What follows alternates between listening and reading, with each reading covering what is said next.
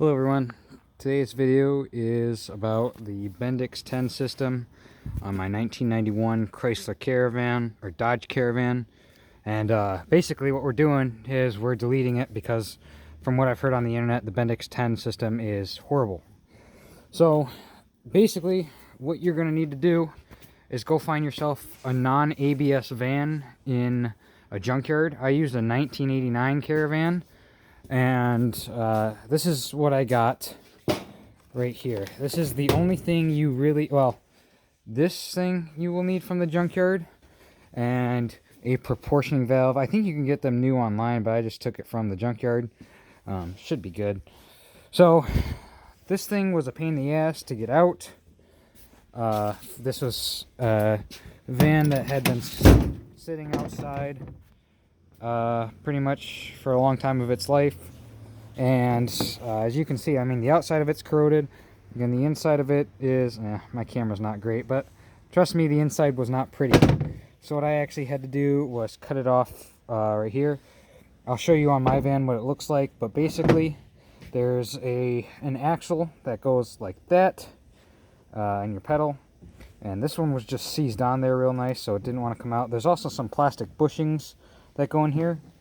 Those got ripped out, and I'm hoping I can reuse the ones from this pedal, so I just got to be careful with that. So depending on what car you use, it's going to be different how you get this pedal out. You can also use like I think Chrysler Fifth Avenues or whatever, those, just any of them that kind of have the same platform. I forget exactly what the years and models are, but I'm sure you can look it up and find it out. So what you actually have under here, it's a lot easier to access from the van rather than the cars. But here's kind of your system right here. You can see this one's actually really clean because this car was pretty well taken care of. Right here, that's, oh man, I wish my camera here. Let me try wiping my camera off. Come on. So, that's way better. All right. So you can see right there is one side of the axle, and you can kind of see that it's got a little flat spot on there. Maybe you can, maybe you can't.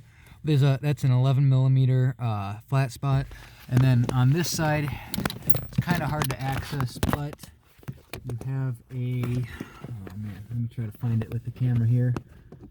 I think you can see that right there. There's a threaded rod, and that's just this 15 millimeter nut. Just kind of comes off. To get that one out, at least on the 91, I used this kind of ratchet with the flexible head and then a depot socket, and then once I got it loose the rest of the way, I just used my electric ratchet. Super nice.